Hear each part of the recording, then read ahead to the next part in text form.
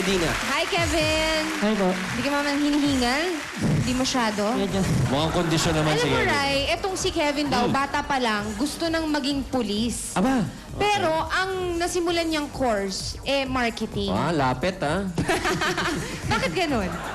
Siguro po, sa marketing po kasi, pwede ko pong maraming pasukan na trabaho.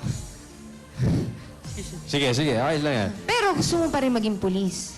Opo, siguro po pagbalik kong school, itutuloy ko po yung marketing for years. So, kung papalarin po, pwede pong tumuloy ng criminology.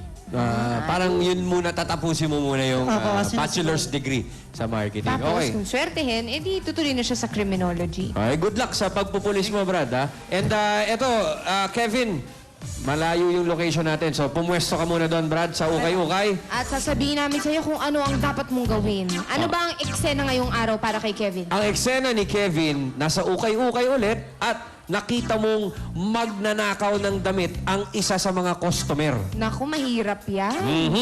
Clapper, ready!